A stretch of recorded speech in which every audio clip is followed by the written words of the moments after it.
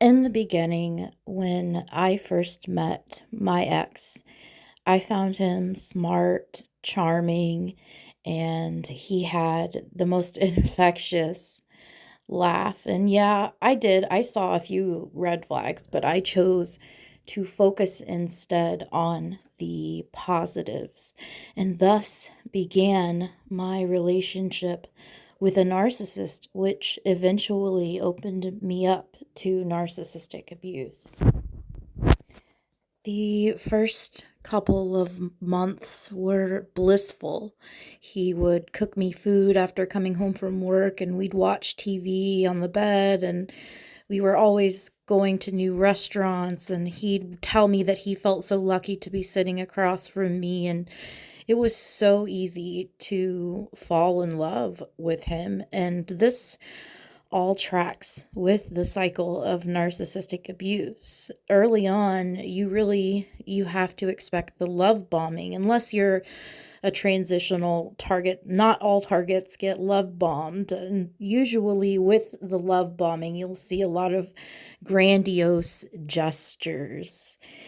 And narcissist, honestly, they can feel completely intoxicating, and this is the very hallmark of qualities that make a narcissist so alluring. Grandiosity can feel like ambition, entitlement can feel like charisma, and callousness can feel like assertiveness. In the beginning stages of courtship with this type of person, you're inside this narcissistic bubble and are focused on the positives. You're telling them how wonderful they are, and they're rewarding you for seeing their specialness.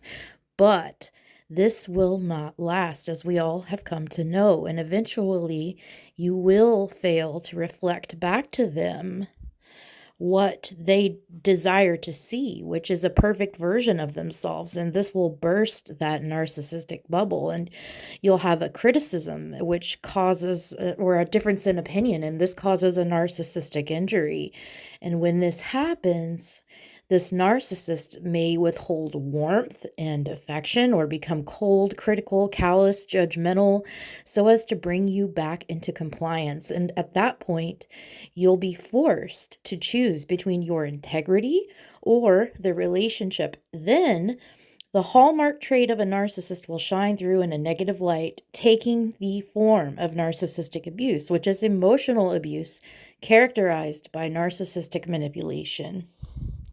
So, welcome to an abusive relationship with a narcissist. And not long after we began dating, my ex, he made a habit of invalidating my feelings. He refused to take accountability for his actions, and he blamed me for everything that went wrong, the standard stuff. And I would try so hard to address something, and when I would do that, he would either gaslight me or stonewall or manipulate me to drop whatever issue I had and sweep it under the rug, so to speak. And over time, such manipulation can lead someone to lose their sense of self. The gaslighting does, and we lose our sense of autonomy and the ability to make decisions without the narcissist. And so enter this low self-esteem and codependency, which together make leaving a toxic relationship difficult, to say the least. Not to mention that trauma bond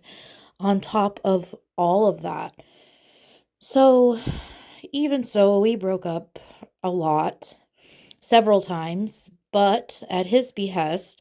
The first time it was over something really stupid, a picture of him on my Instagram stories that he didn't approve of, something ridiculous. And the second time was because he accused me of needing constant validation of his commitment. But every time my ex was around me while we were broken up, he'd continue to hug me or show some other physical sign of affection. And when I would question him, he said it meant nothing and that he did not want to get back together. And his occasional bursts of affection continued just enough to string me along for weeks, if not months or years at a time. And he would often tell me that I wouldn't find anyone better than him and that no one else would want to deal with me or handle me, and that I was the only, or that he was the only person that would and could be with me or be with him. And now when I look back, I see this abundance of evidence of narcissistic abuse. And he would often tell me that I wouldn't find anyone better than him, that no one else could handle me, and that he was the only person who could be with me. And this type of language can lead us victims of narcissistic abuse to stay in the relationship for so long because they become we become emotionally dependent on the narcissist and made to believe that we are not good enough for anyone or anything else. A narcissist is always going to project a lot, if not all of their insecurities onto their victim, which I eventually discovered, and much like all of us, my ex is 14 years older than I am, and sometimes I feel like he resented me in my career at that time, at my age, and he would make me feel bad about like professional milestones and being a late bloomer. And once I was excited to tell him about a great interview I had with this really great marketing company back when I did digital marketing and search engine optimization. And I often wonder, like, why can't you be happy for me? Why couldn't you be happy that I had this interview at this really exclusive place? And eventually, I learned it was rooted in envy, as hard as it is and was to believe at that time. He once slipped in a conversation with me and another person that he was jealous I was living the life I had always wanted in a city I loved and doing work that I actually enjoy. And I also learned very fast that narcissists are conversation killers, and every single time that he had something exciting to share, he would not stop talking about it, even without asking me about how my day went. But I was not allowed to talk about my passions or good news without him distinguishing my joy immediately. And while there might not be a way to prevent such situations from manifesting in a relationship with a true blue narcissist, there are ways that you can recognize it, get out, and heal for good. After about 6 months of therapy, during which I detailed accounts of my relationship, I felt confident that my ex really truly was displaying toxic narcissist as well as borderline behavior, and I was, in fact, not unworthy, but a victim of his abuse. And there were moments that I still believed it was all in my head and that I was the broken one, but that's because I was so used to that dynamic of being to be blamed and at fault, and it took hold in my relationship. And I also realized that part of the reason that I had trouble getting out of the relationship was due to my then very limited understanding of what narcissism meant and how it presented. And because of this, I couldn't identify my ex's toxic and abusive behavior. And